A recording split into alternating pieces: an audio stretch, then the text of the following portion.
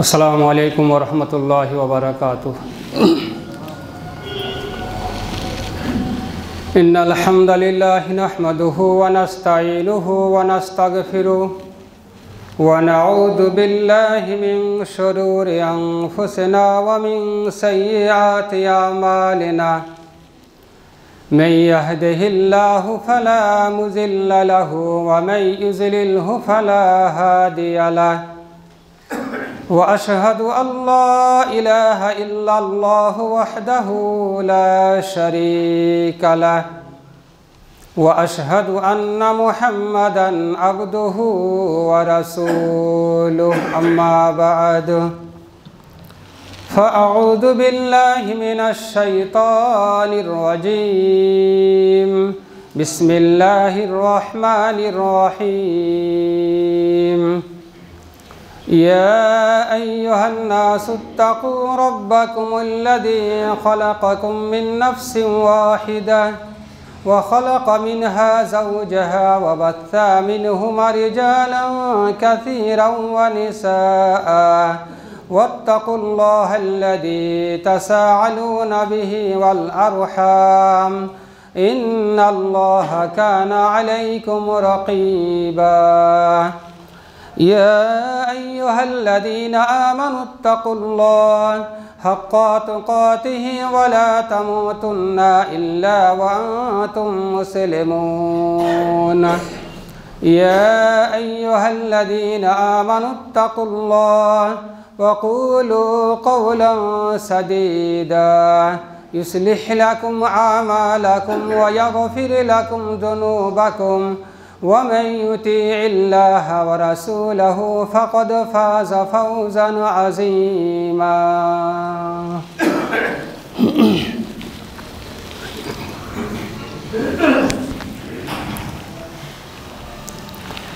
नहमदुहु व नुसल्ली अला रसूलिहिल करीम। अम्मा बअद फ़अऊज़ु बिल्लाहि मिनश शैतानिर रजीम। बिस्मिल्लाहिर्रहमानिर्रहीम।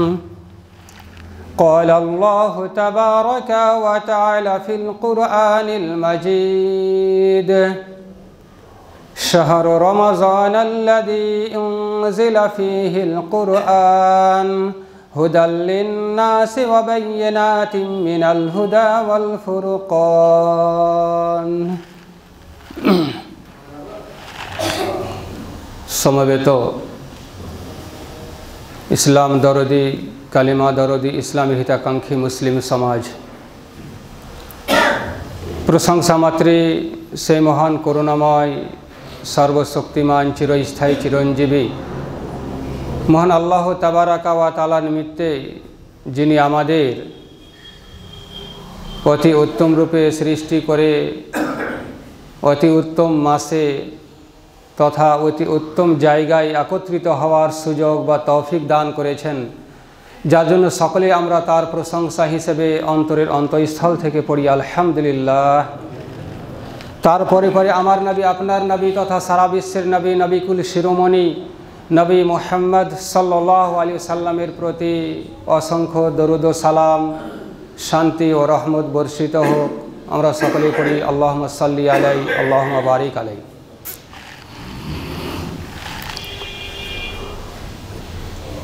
जे विषय निये आलोचना चलछे सेई विषयेर आज के द्वितीय सप्ताह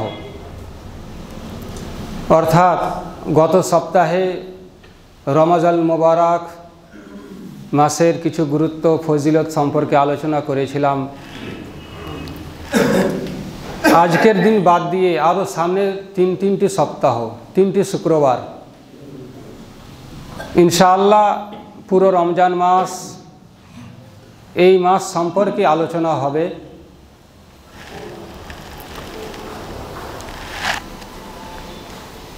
তো এই রমজান মুবারক মাস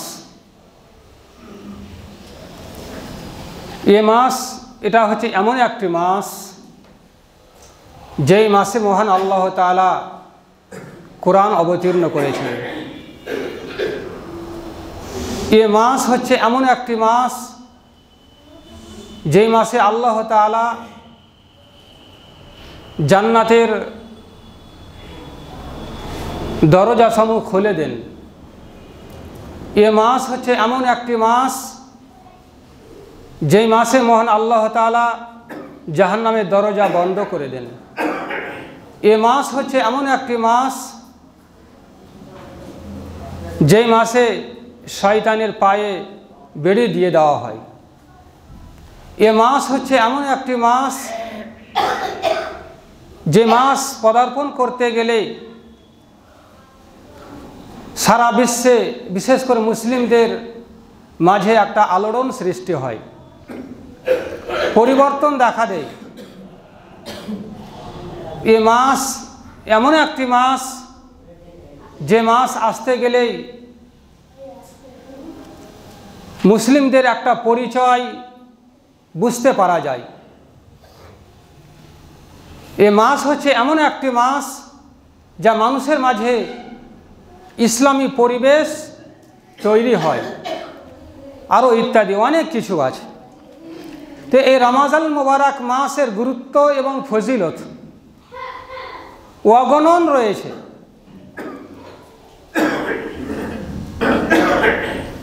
কাজেই প্রতি বছর আমরা এই রমজান মুবারক মাসের গুরুত্ব, ফজিলত, আরও আনুষঙ্গিক কথা অনেক কিছু আমরা শুনে থাকি। তো আজকের দিনেও ইচ্ছা করেছি যে রমজান মুবারক মাসের কিছু গুরুত্ব এবং ফজিলত সম্পর্কে আলোচনা করা। মহান আল্লাহ তাবারাকা ওয়া তাআলার কাছে দোয়া করি আল্লাহ তাআলা যেন আমাকে সঠিকভাবে দু চারটি কথা বলার সুযোগ বা তৌফিক দান করেন, বলে আমিন। তো এই যে রমজান মুবারক মাস, মহান আল্লাহ তাবারাকা ওয়া তাআলা বলছেন এ মাসের গুরুত্ব সম্পর্কে যে শাহরু রমাজান আল্লাযী উনজিলা ফীহিল কুরআন হুদাল লিন-নাস ওয়া বাইয়িনাতিন মিনাল হুদা ওয়াল ফুরকান। রমজানুল মুবারক মাস হচ্ছে এমন একটি মাস যে মাসে উনজিলা ফীহিল কুরআন, কোরআনকে অবতীর্ণ করা হয়েছে। সেই কোরআনটা কি আল্লাহ তাআলা নিজেই বলছেন হুদাল লিন-নাস, সেই কোরআনটা মানুষের জন্য হেদায়াত স্বরূপ, পথ প্রদর্শক, গাইড বুক, পথের দিশারি।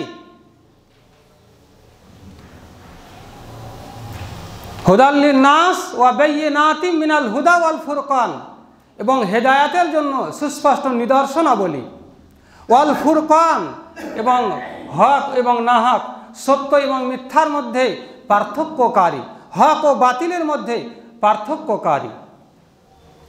তাহলে এই কোরআন মাজিদের মধ্যে মহান আল্লাহ তাআলা এই বৈশিষ্ট্য দিয়ে কোরআনকে অবতীর্ণ করেছেন।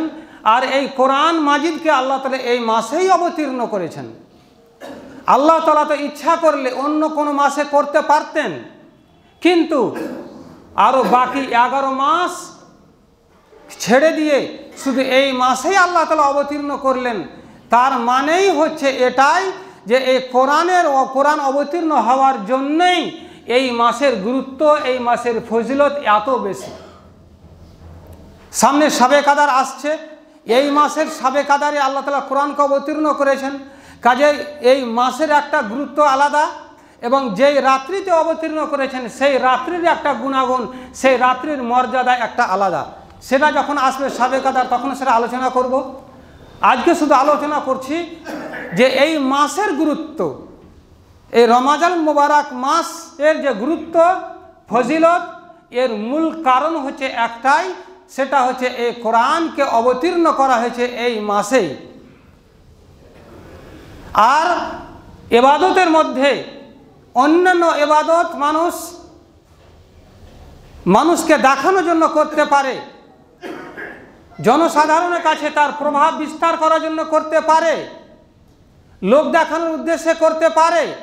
দুনিয়ার অনেক কিছু উদ্দেশ্যকে সামনে রেখে মানুষ অন্যান্য ইবাদত, অন্যান্য আমল, অন্যান্য সৎ কাজ করতে পারে। কিন্তু রমজান মাসের এই যে শ্যাম, এই রোজা হচ্ছে এমন একটা ইবাদত, গুরুত্বপূর্ণ ইবাদত, যে ইবাদত মানুষ আল্লাহ তাআলার উদ্দেশ্য ছাড়া অন্য কোনো উদ্দেশ্যে সে করতে পারে না। যার জন্য মহান আল্লাহ তাবারাক ওয়া তাআলা এই মাসের গুরুত্ব এবং ফজিলত সম্পর্কে অনেক হাদিসে আল্লাহ রাসূল বর্ণনা দিয়েছেন এবং কোরআন আয়াত থেকেও প্রমাণিত। যেমন একটা হাদিসের মধ্যে পাওয়া যায়, আল্লাহ রাসূল সাল্লাল্লাহু আলাইহি ওয়াসাল্লাম বলছেন, মান সামা রমাজানা ঈমানাও ওয়া ইহতিসাবান গুফিরা লাহু মা তাকদ্দামা মিন যামবি। যে ব্যক্তি ঈমানের সহিত নেকির আশায় রমজান মুবারক মাসের সিয়াম পালন করে, তার পূর্বেকার গুনাহসমূহকে আল্লাহ তাআলা ক্ষমা করে দেন। মান সামা রমাজানা, যে ব্যক্তি সিয়াম পালন করলো, রোজা রাখলো রমজান মুবারক মাসের, ঈমানান ওয়া ইহতিসাবান, ঈমান অবস্থায় এবং নেকির আশায়, মা তাকদ্দামা মিন যামবি, তার পূর্বেকার গুনাহ আল্লাহ তাআলা ক্ষমা করে দেন। তাহলে এখানে যে শব্দটা আল্লাহ তাআলা লাগিয়েছেন, শর্ত লাগিয়েছেন, শব্দটা তর্জমাটা শুনে খুব সহজ মনে হচ্ছে, তাই না? কিন্তু না, যদি আপনি এই হাদিসের পিছনে ভালোভাবে গবেষণা করেন, ভিতরে ঢোকার চেষ্টা করেন, তাহলে আপনার অন্তরে তীরের মতো আঘাত লাগবে। এখানে আল্লাহ তাআলা এমন একটা শর্ত লাগিয়েছেন, মান সামা রমাজানা ঈমানাও, ঈমানের সহিত। ঈমান থাকা চাই। প্রথমত আমাকে দেখতে হবে আমার মধ্যে ঈমান কতটুকু আছে। বাহ্যিক রূপ দেখে ঈমান নির্ণয় নেওয়া যাবে না। বাহ্যিক রূপ দেখে কার মধ্যে কতটা ঈমান আছে সেটা বলা যাবে না। ঈমানি থার্মোমিটার লাগিয়ে বুঝতে হবে যে কার মধ্যে কতটা ঈমান আছে। আমি ওপরে যতই বড় জামা পাঞ্জাবি আল খাল্লা দাড়ি লম্বা আর হাজি গাজি হই না কেন, বাহ্যিক রূপের ওপরে আল্লাহ তাআলা ফায়সালা দিবেন না, আমলের ওপরে। এবং সেই আমলটা কি উদ্দেশ্যে হয়েছে, আল্লাহ তাআলা সন্তুষ্টি অর্জনের উদ্দেশ্যে না লোক দেখানোর উদ্দেশ্যে, সেটাই আল্লাহ তাআলা দেখবেন। কারণ অন্য হাদিসে এসেছে, ইন্নাল্লাহা লা ইয়ানজুরু ইলা আজসামিকুম ওয়ালা ইলা সুওয়ারিকুম ওয়ালাকিন ইয়ানজুরু ইলা কুলুবিকুম ওয়া আমালিকুম। মহান আল্লাহ তাবারাকা ওয়া তাআলা কোনো মানুষের দেহর দিকে তাকান না, কোনো মানুষের বডির দিকে তাকান না, তার অন্য কিছুর দিকে তাকান না। ইন্নাল্লাহা লা ইয়ানজুরু ইলা আজসামিকুম ওয়ালা ইলা সুওয়ারিকুম, তার গঠন, তার আকৃতি সুন্দর না কেমন, এই দিকে আল্লাহ তাআলা তাকান না, বরং ওয়ালাকিন ইয়ানজুরু ইলা কুলুবিকুম ওয়া আমালিকুম। মহান আল্লাহ তাআলা তাকান, মহান আল্লাহ তাআলা দেখেন, মহান আল্লাহ তাআলা পরীক্ষা করেন এটাই তার অন্তরের দিকে। কি অন্তর নিয়ে, কোন নিয়তে, কোন উদ্দেশ্যে কি কাজ করেছে, এটা আল্লাহ তাআলা দেখতে চান। ও আমালিকুম, এবং সেই আমলটা রাসূলের পদ্ধতি অনুযায়ী হয়েছে না মানব রচিত পদ্ধতি অনুযায়ী হয়েছে।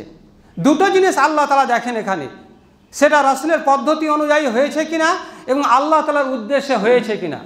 তো এই দুটো উদ্দেশ্য যদি না থাকে তাহলে সেই আমলের কোনো মূল্য নেই, কোনো মূল্য নেই।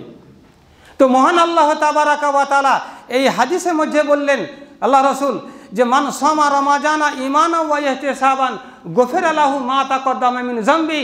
যে ব্যক্তি ঈমানের সহিত নেকির আশায় সিয়াম পালন করলো, তার পূর্বেকার গুনাহ আল্লাহ তাআলা ক্ষমা করে দেন। তো এখানে ঈমান, নেকির আশায় তো আমরা সবাই সিয়াম পালন করছি। নেকির আশা, নেকির শব্দটা পরে এসেছে, কিন্তু পূর্বেকার শব্দ যেটা আল্লাহ তাআলা শর্ত লাগিয়েছেন ঈমানের সহিত। এখন ঈমান কাকে বলে, ঈমানের মাপকাঠি কতটা, কি করে বুঝবো?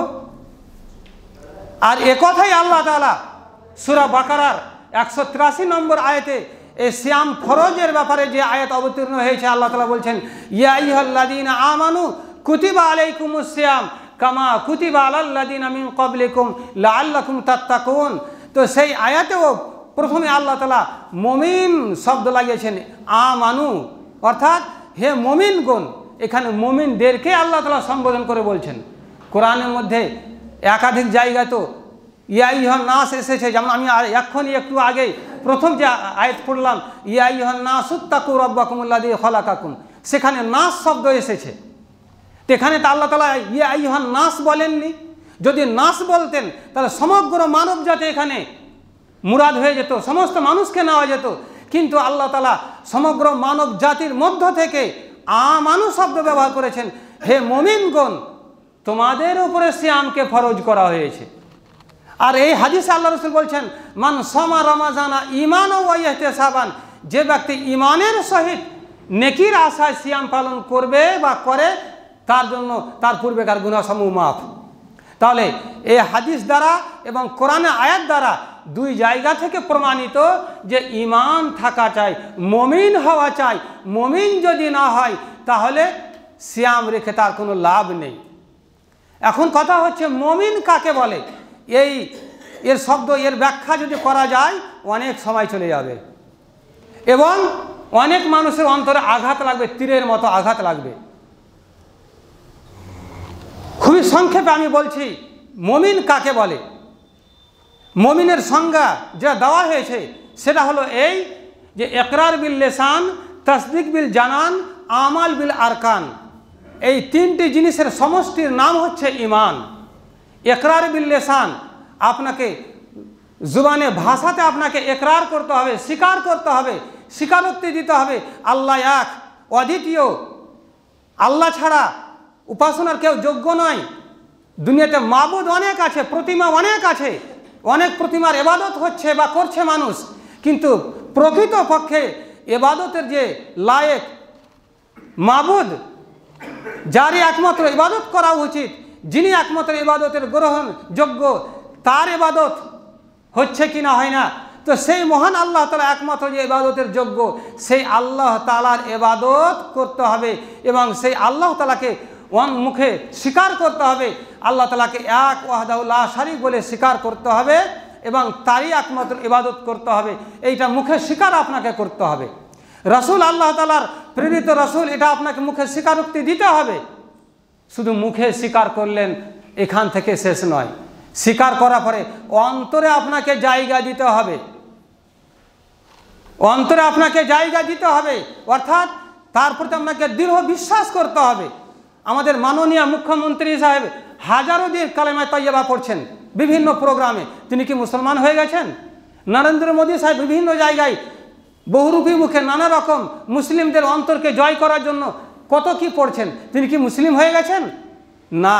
মুখে শুধু স্বীকার করলে হবে না, মুখে শুধু কালিমা পাঠ করলে যে মুসলিম হয়ে যায় তা নয়।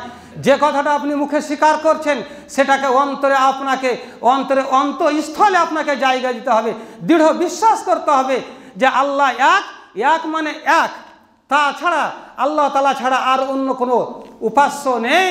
আল্লাহ ছাড়া অন্য কারো সামনে মাথা নত করা যাবে না, আল্লাহ ছাড়া অন্য কারো ইবাদত করা যাবে না, যাবে না, যাবে না। এইভাবে আপনাকে অন্তরে দৃঢ় বিশ্বাস করতে হবে। তারপরে মুখে স্বীকার করলেন, অন্তরে জায়গা দিলেন। এখানেও শেষ নয়, আমাল বিল আরকান, আপনাকে কাজে পরিণত করে দেখিয়ে দিতে হবে। আপনি মুখে স্বীকার করলেন আল্লাহ এক, অন্তরে বিশ্বাস করলেন যে সত্যি আল্লাহ এক, এবার আপনাকে প্র্যাকটিক্যালি দেখিয়ে দিতে হবে। আল্লাহ তাআলার উদ্দেশ্যে আপনাকে নামাজ পড়তে হবে, আল্লাহ তাআলার উদ্দেশ্যেই আপনাকে দান ও খয়রাত করতে হবে, আল্লাহ তাআলার সন্তুষ্টির উদ্দেশ্যেই আপনাকে সিয়াম পালন করতে হবে, আল্লাহ তাআলার হুকুম পালনার্থেই আপনাকে হজ করতে হবে, যাকাত প্রদান করতে হবে, সব কিছুই করতে হবে। আপনি মুখে স্বীকার করলেন, অন্তরে বিশ্বাস করলেন, আর আপনি ওই প্রতিমার কাছে গিয়ে আপনি পুজো করছেন, লোক দেখানোর উদ্দেশ্যে আপনি দান করছেন, জনপ্রিয়তা লাভ করার জন্য আপনি নানা রকম আপনি কলা কৌশল করছেন, হবে? হবে না। তো এই মুখে স্বীকারোক্তি দেওয়া, অন্তরে বিশ্বাস করা, আমালে পরিণত করা, এই তিনটি জিনিসের সমষ্টির নাম হচ্ছে ঈমান। এখন এবার আপনারাই আপনার আত্মাকে জিজ্ঞাসা করুন, যারা আমরা সমাজে বসবাস করছি এবং মুসলিম হিসেবে আমরা পরিচয় দিচ্ছি, যারা 5 ওয়াক্তের সালাত পড়ি না, যারা দিন রাত আমরা লটারির টিকিট কাটছি, যারা শরাব পান করছি, মদ খেলছি, জুয়া খেলছি, ক্রিকেটের মাধ্যমে আমরা নানা রকম আমরা এই জুয়া খেলছি, আমরা হাজার হাজার টাকা জিতছি এবং হারছি, বাড়ি পর্যন্ত হেরে দিচ্ছি, তারা কি মুমিন? আপনি এটা প্রথমত নিজে আপনার আত্মাকে জিজ্ঞাসা করুন। কোনো আলেমের কাছে ফতোয়া জিজ্ঞাসা করা দরকার নেই। কোনো মানুষ ইসলামের বিধান মানবে না, সে মুমিন কি করে হতে পারে? আপনাকে ছোট্ট একটা দুনিয়াবি একটা এক্সাম্পল দিই, তাহলে বুঝতে সুবিধা হবে। এই কদিন আগে মাধ্যমিক পরীক্ষা হলো, এখন উচ্চ মাধ্যমিক পরীক্ষা চলছে।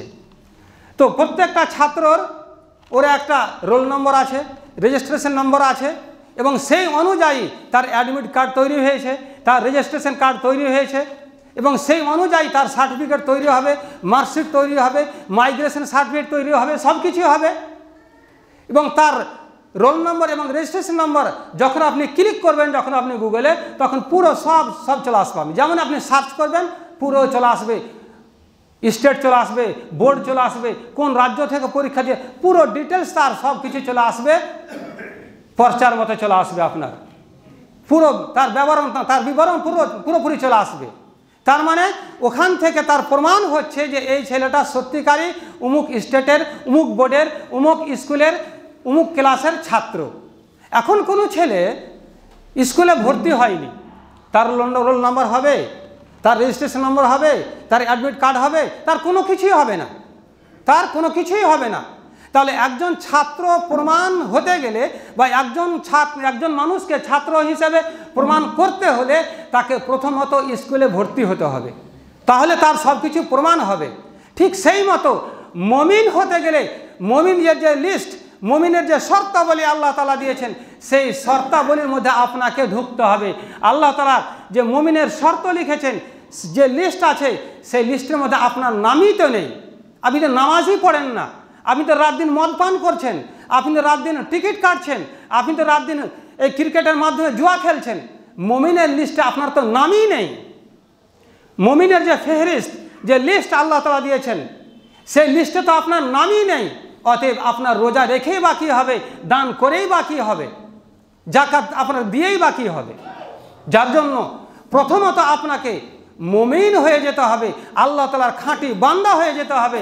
আর একথাই আল্লাহ তাআলা বলছেন, ইয়া আইয়ুহাল্লাযীনা আমানু, হে মুমিনগণ, তোমাদের উপরে সিয়ামকে ফরজ করা হয়েছে।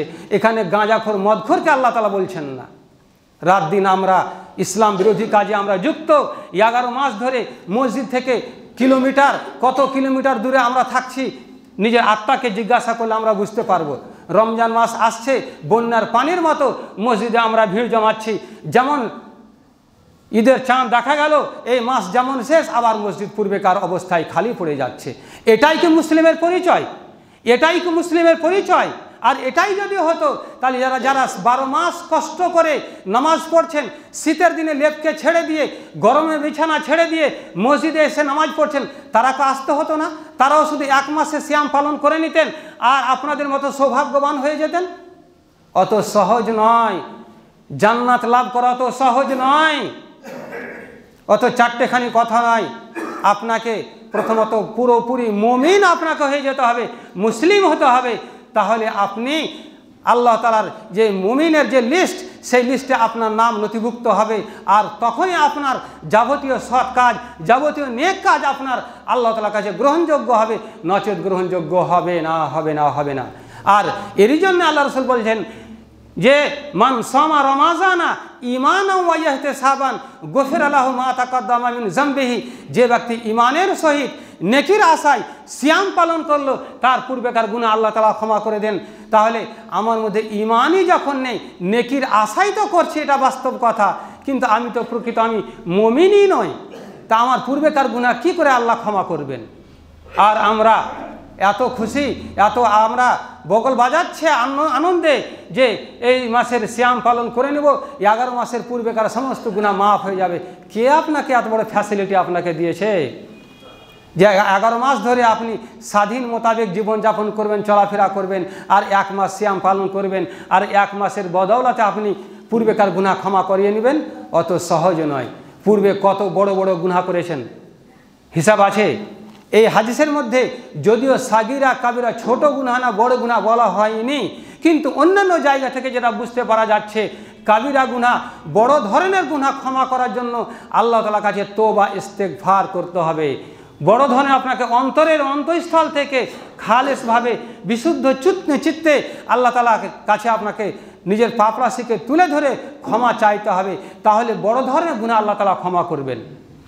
যাই হোক, তো কথা হচ্ছে এই যে এই মাসের গুরুত্ব ফজিলত এত আছে যে এই মাসের গুরুত্ব এবং ফজিলতের দিকে দেখতে গিয়ে রাসূলের হাদিস এটাই প্রমাণ করছে। কাজে এই মাসে যারা সিয়াম পালন করছে তাদের জন্য অনেক ফ্যাসিলিটি, অনেক গুরুত্ব এবং অনেক ফজিলত বর্ণনা করা হয়েছে। এই মাস যখন আসতো তখন আল্লাহ রসুলের আমল পরিবর্তন হয়ে যেত, রূপ পরিবর্তন হয়ে যেত। তো রূপ পরিবর্তনের মানে হচ্ছে এটাই যে অন্যান্য মাসে আল্লাহ রসুল যেভাবে ইবাদত করতেন, এ মাস যখন আসতো বেশি বেশি ইবাদত করতেন। অন্যান্য মাসে যেভাবে আল্লাহ রসুল দান ও খায়রাত সাদকা করতেন, এই মাস যখন চলে আসতো আল্লাহ রসুল অন্যান্য মাসের তুলনায় এই মাসে অধিক হারে দান করতেন, অধিক হারে দান করতেন। প্রবাহিত বাতাসের নেই আল্লাহ রসুল দান করতেন।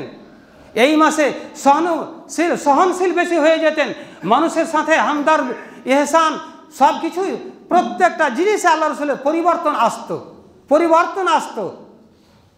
আজকে আমরা এই মাস আসা সত্ত্বেও কটা মানুষ আমরা কোরআন পড়ছি, কটা মানুষ আজকে আমরা দান করছি? করি না। এই মাস আসতে গেলে আল্লাহ রসুলের প্রত্যেকটা আমলের মধ্যে পরিবর্তন আসতো, চেঞ্জিং আসতো। কিন্তু আজকে আমরা পরিবর্তন কই করছি? সাময়িক কিছু। এই তো আজকে 6 রমজান চলছে, তারাবির সময় লোক সংখ্যা অনেক কমে গেছে, মাত্র তো কদিনের ব্যবধানে। আর কদিন হতে দেন, 15 দিনের পরে 2 কাতারে এসে দাঁড়িয়ে যাবে। এই তো হচ্ছে আমাদের অবস্থা। আর সার্টিফিকেট আমরা পেয়ে গেছি যে 11 মাসের গুনাহ আমাদের ক্ষমা হয়ে যাবে। অত সহজ নয়। এ মাসের কত গুরুত্ব, কত ফজিলত এ সম্পর্কে মহান আল্লাহ তাআলা রাসূল অনেক বলেছেন। যেমন একটা হাদিসের কথা মনে পড়ে গেল, রাসূল বলছেন, কুল্লু আমাল ইবনে আদম আলাহুল হাসানা বিআশরি আমসালিহা ইলা 700 যিফিন ক্বালা আল্লাহু তাআলা ইল্লা সিয়াম ফাইন্নাহু লি ওয়া আনা আজজি বিহি ফাইন্নাহু তারাকা শাহওয়াতাহু ওয়া তাআমাহু ওয়া শারাবাহু মিন আজলি লিসাইমি ফারহাতানি ফারহাতুন ইনদা ফিতরিহি ওয়া ফারহাতুন ইনদা লিকাই রাব্বি। লম্বা চওড়া হাদিস। সারমর্ম বলছি, রাসূল বলছেন যে আদম সন্তানের প্রত্যেক সৎ কাজের বিনিময় বদলা নেকি আল্লাহ তাআলা 10 থেকে বাড়াতে 700 পর্যন্ত নিয়ে যান। কল আল্লাহ তাআলা, কিন্তু আল্লাহ তাআলা বলছেন ইল্লা সিয়াম, একমাত্র সিয়াম এটা হচ্ছে ব্যতিক্রম, এটা ছাড়া ফাইন্নাহু লি ওয়া আনা আজজি বিহি, সিয়াম যেহেতু মানুষ একমাত্র আমার উদ্দেশ্যে রাখে, অতএব তার প্রতিদান, তার বদলা আমি নিজ হস্তেই দেব। ফাইন্নাহু তারাকা শাহওয়াতাহু ওয়া তাআমাহু ওয়া শারাবাহু, সে ব্যক্তি নিজের যৌনকে বাঁচিয়ে রেখেছে, পানাহার থেকে সে নিজেকে বাঁচিয়ে রেখেছে মিন আজলি, একমাত্র আমার জন্যই। তারপর আল্লাহ রাসূল বলছেন লিসাইমে ফারহাতানে, রোজাদার ব্যক্তির জন্য 2টি আনন্দের মুহূর্ত রয়েছে। একটি হচ্ছে ইন্দাল ফিতর অর্থাৎ ইন্দা ফিতরিহি, অর্থাৎ একটা হচ্ছে ইফতার করার সময়, আর একটা হচ্ছে ইন্দা লিকাই রাব্বিহি, আল্লাহ তাআলার কাছে যখন সাক্ষাৎ হবে সেই মহাপ্রলয়ের দিন, সেই দিন। আর এটাই কবির ভাষায় বলছেন রোজাদারের 2টি খুশি, একটি খুশি ইফতারে, অপরটি খুশি আল্লাহর দিদার রোজ হাসরের ময়দানে। কাজে এই রোজাদার জন্য 2টি খুশির, 2টি আনন্দের মুহূর্ত আছে। অতএব এই রোজাদার, এই মাস এত গুরুত্ব, এত ফজিলত, কাজে এই মাসের গুরুত্ব ফজিলতের দিকে দেখতে গিয়ে আমাদেরকে প্রত্যেকটা আমলকে বাড়াতে হবে, প্রত্যেকটা আমলকে আমাদের বাড়াতে হবে। অন্যান্য মাসে যেভাবে আমরা দান ও খয়রাত করি, এই মাসে আমাদেরকে বেশি বেশি করে দান করতে হবে, যেহেতু অন্যান্য মাসের তুলনায় এই মাসের সব দিক দিয়ে একটা ফজিলত একটা আলাদাই আছে।